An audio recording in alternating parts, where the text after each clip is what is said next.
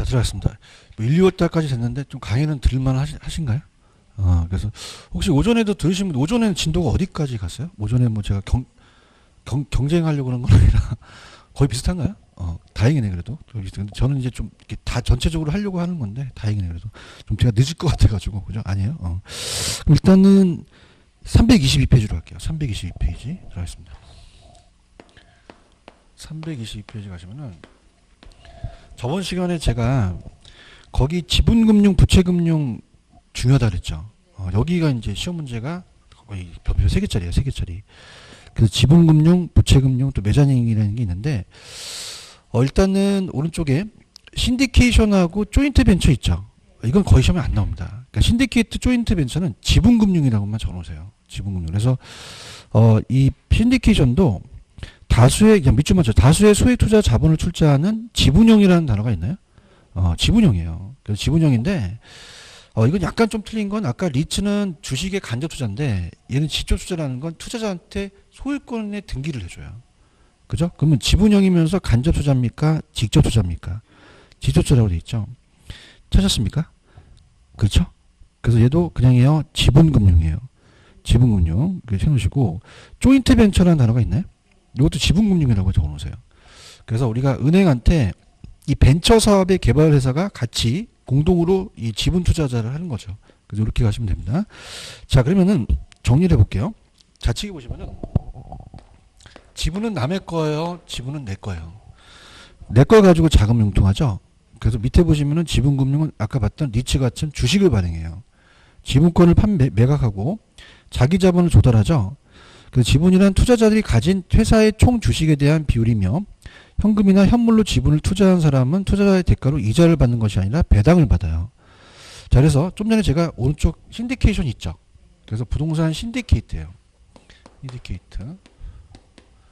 얘도 부채금융이다. 지분금융이다. 지분형이 들어가거든요. 신디케이트. 그래서 우리가 그 신디케이트라는 단어가 있죠. 그 신디케이트도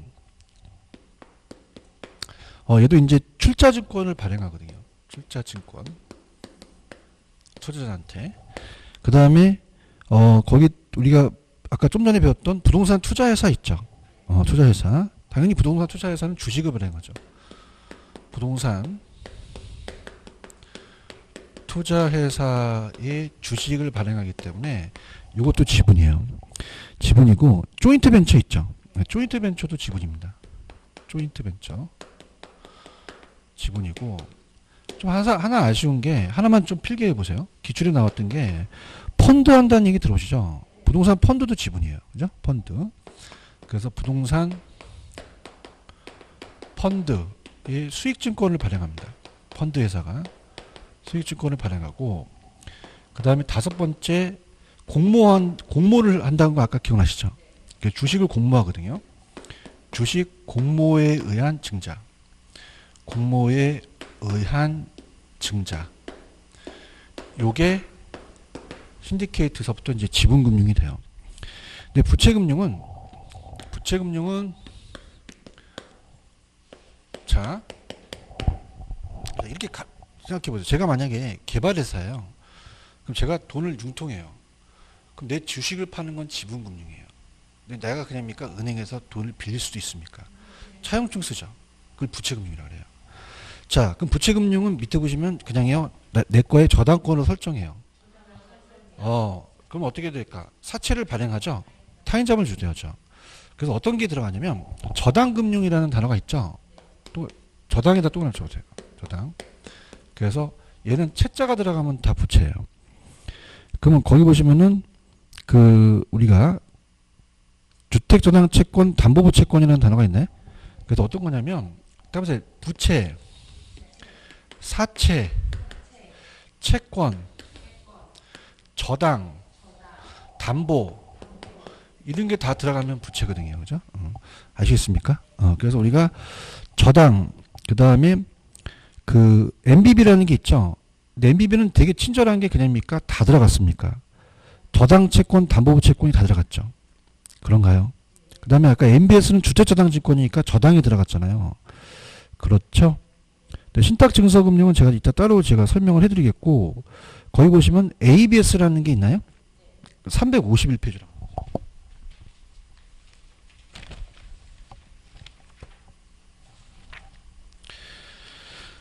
351페이지로 가시면 제가 아까 351페이지 가시면 중간에 자산유동화증권 ABS라는 단어가 있을 겁니다. 찾았습니까? ABS는 차에 장착시키는 게 아니에요.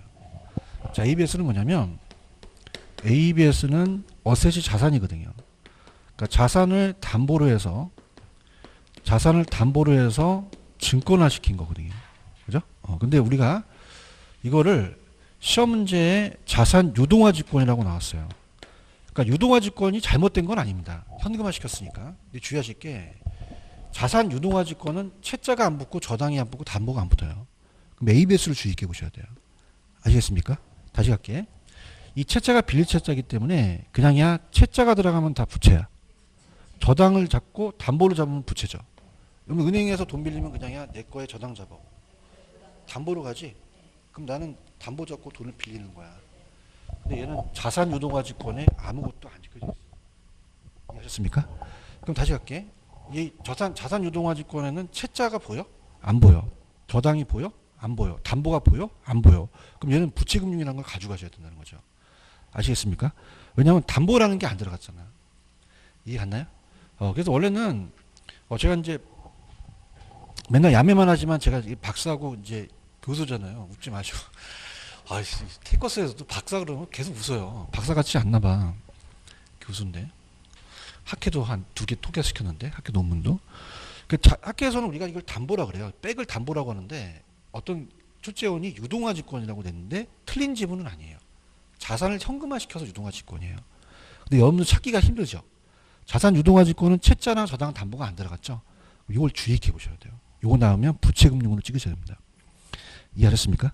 근데 얘는 뭐냐면 부동산 들어가고 매출채권, 유가증권, 주택도상채권 다 같이 들어가서 유동성이 낮은 걸 자산을 직권화시켰거든요. 그래서 아까 MBS 아시죠?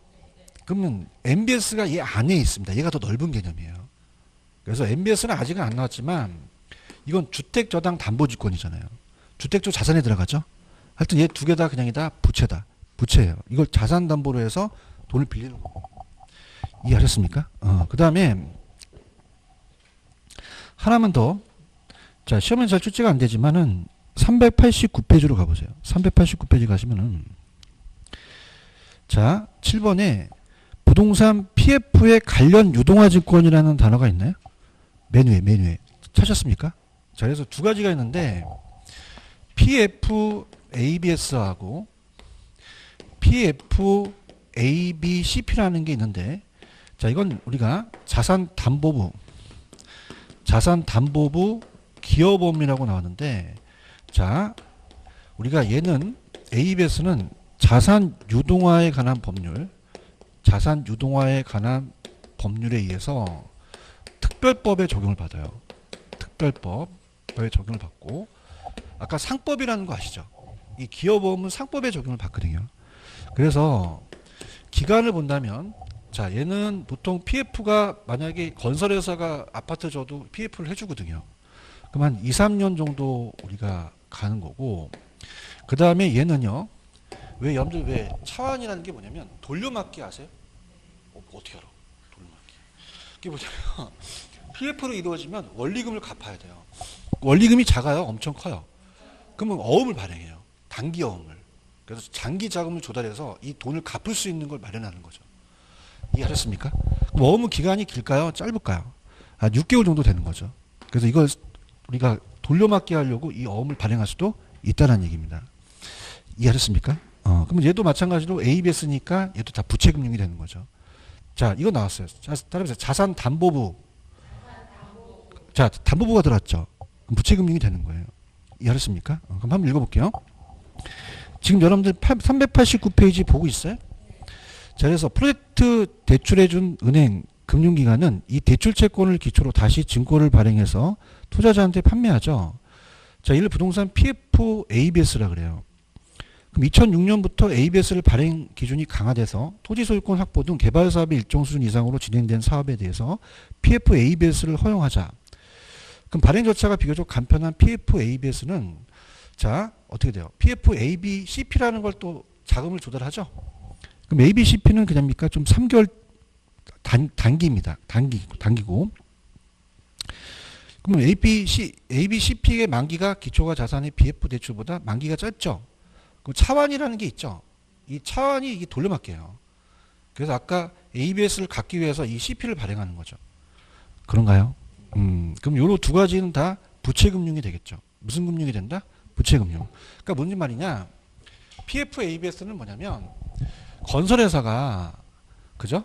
그러니까 이렇게 됩니다. 우리가 여러분들이 좀 이게 좀 길어질 텐데 이 근처에 있으니까 좀 말씀을 드리면 이 PF가 요새 건설회사한테 많이 빌려줬어요. 후분양으로 가다 보니까 공급이 안 되거든요.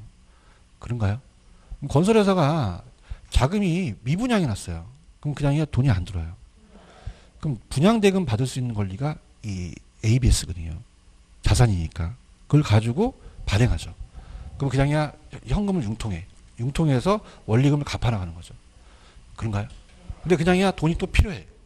그럼 CP라는 것도 발행할 수 있다는 거죠. 아시겠습니까? 그걸 담보로 해서 기여보험으로 또 융통할 수 있다는 거예요. 이해하셨죠? 그죠? 근데 두 개 다 PF, ABCP는 자산담보부 기여보험, 이게 담보가 붙었으니까 부채금융에 들어간다는 얘기예요. 이해하셨습니까? 이렇게 잡으시고, 제가 책에 쓴 게 아니어서 뒤죽박죽이어서 자 다시 갑니다. 그러면 아까 어디까지 했었죠? 제가 지금 322페이지 가시면은 부채금융의 저당금융 자산담보보증권 ABS, MBS, MBB까지 갔죠. 찾았습니까? 근데 다음에 신탁증서금융. 그 안에 신탁증서금융이라는 단어가 있어요? 박스 치시고 별표 치세요. 이게 나왔어요. 시험제. 자, 되게 중요합니다. 신탁증서금융. 아니 322페이지 중간에 거기에 신탁증서금융 있잖아요. 찾으셨어요? 그럼 신탁증서금융은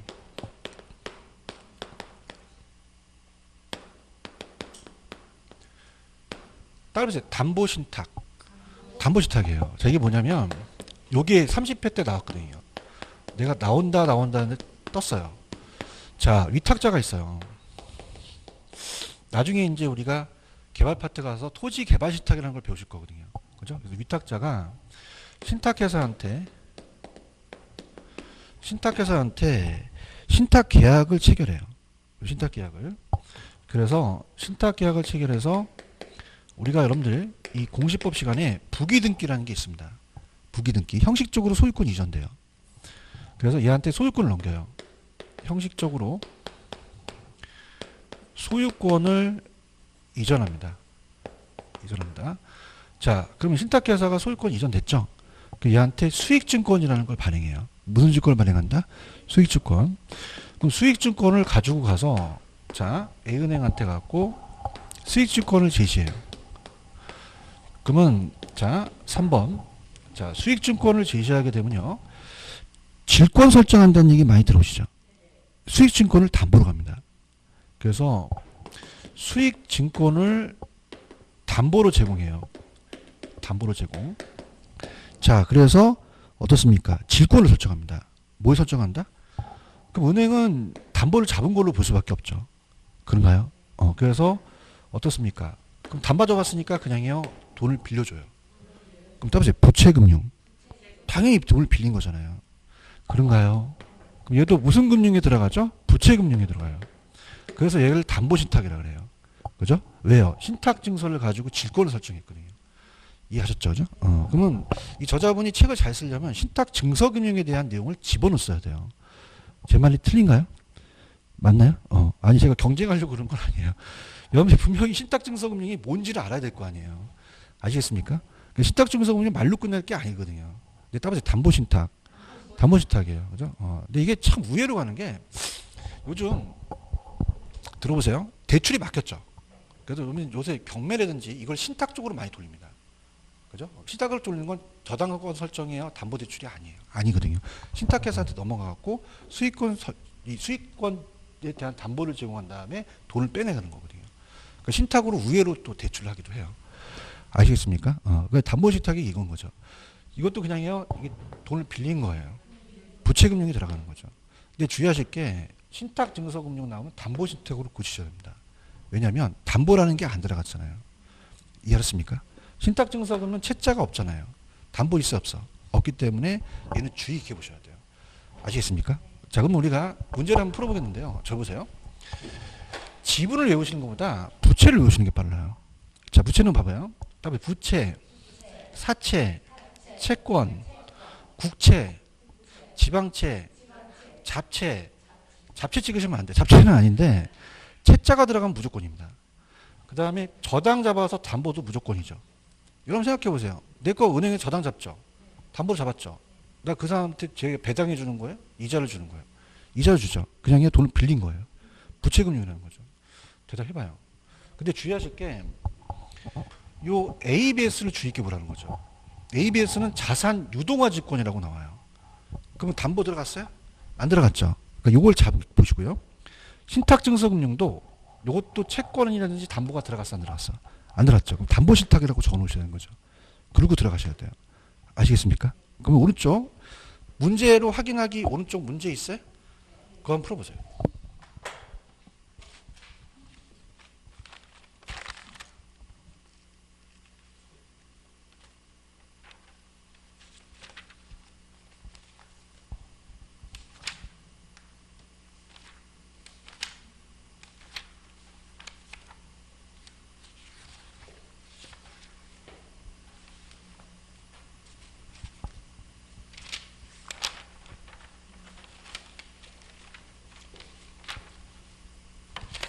여러분들 보세요. 답은 사채, 담보부, 저당채권 담보 다 들어갔죠.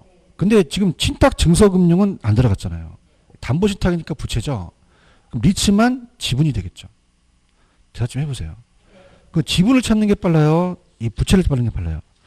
부채를 빨고 ABS와 신탁증서금융만 염두에 주의 있게 보시면 되는 거죠. 그런가요? 그렇게 보시면 됩니다. 무슨 말씀인지 아시죠?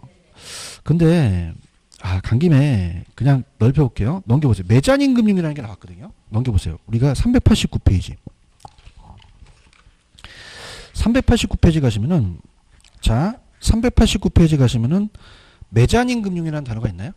이것도 벼벼쳐보세요. 기출이 나왔었어요. 자, 매자닌은 뭐냐면 우리가 1층과 2층 사이에 라운지를 얘기해 중간층입니다. 그러니까 뭐냐면 지분과 부채의 혼합형이에요.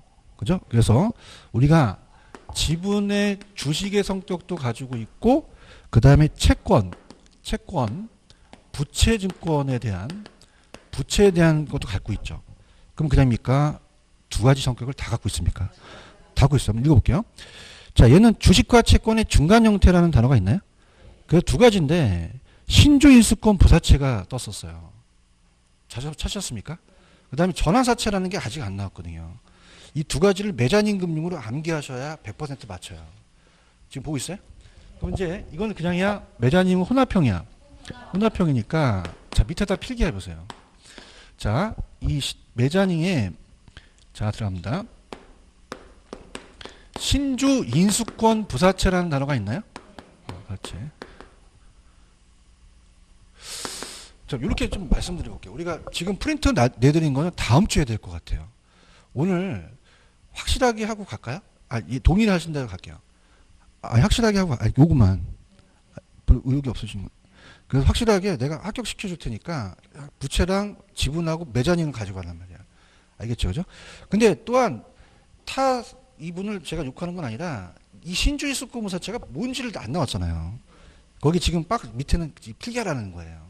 아시겠습니까? 자, 신주의 수권부사채는 뭐냐면 필기를 한번 해보세요. 자, 이거 원래 부채로 우리가 발행을 해요. 부채, 채권입니다. 채권인데 나중에 주식으로 줘요. 주식, 지분으로 주식으로 주기 때문에 얘는 채권을 매입하고 나중에 신주로 인수권을 줘요. 주식을 인수할 수 있는 권리. 그다음에 신주 인수권.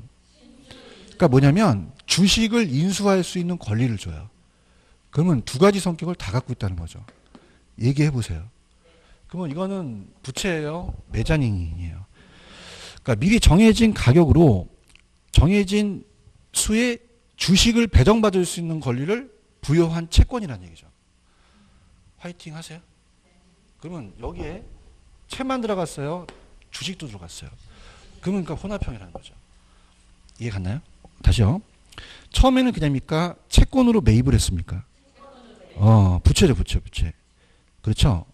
그 부채로 했는데 나중에 신주 이수권을 주는 거죠. 그러면 메리트예요. 나중에 주식을 바꿔준다는 거예요. 이해하셨습니까? 그래서 이건 무슨 금융이다? 매자닌 금융이라는 거죠. 매자닌 금융. 이해하셨습니까? 그러니까 이런 거죠. 일단은 우회로 가는 거죠. 돈이 필요할 때 꼬시잖아요, 사람들을요. 일단은 내가 차용증을 써줄게. 야, 너 위험한데? 나 대박 쳐줘. 내 순지 주식 가져가. 이러는 거예요. 그럼 그냥 주식으로 전환해줘. 주식으로 바꿔준다는 거예요. 아시겠습니까? 그 다음에 전환사채는 아직 안 나왔는데 문제집에서 많이 떠다니는 거 있어요. 그래서 전환사채는 이것도 필기를 해보세요. 전환사채도 원래는 얘도 채권으로 발행합니다. 뭐로 발행한다? 채권으로 발행해요. 채권으로 발행해서 나중에 주식으로 전환해 주겠다는 거죠. 아까랑 비슷한 거예요. 그런가요? 그래서 주식으로 전환해줘요. 지금 필기했어요? 미래의 일정한 시점에 일정한 가격으로 주식을 전환할 수 있는 권리를 부여한 전환 가격이 옵션부 채권이거든요. 이해 갔나요? 그래서 시험 문제는 신주 이수권 보사채만 나왔습니다. 매자닝이라고. 그럼 채자 나왔다고 해서 뿅 간다고 해서 부채금융 찍으시면 안 돼요. 이거 무슨 금융 찍으셔야 돼요? 매자닝 금융 찍는 거죠. 아시겠죠? 그죠? 다시 할게. 이건 그냥이야 두 가지 성격을 다 갖고 있어. 자, 신주 이수권 보사채도 그냥이야 먼저 채권을 매입해서 뭐 줄 수 있는 권리를 갖고 신주로 인수할 권리를 갖고 내가 채권을 매입한 거죠. 그런가요? 전환사채도 그냥이야 주식으로 전환해줘. 메리트가 있는 거예요. 그죠? 그래서 옛날에 이제 좀 관심이 있으신 분들은 대기업에서 이런 걸 많이 장난해요.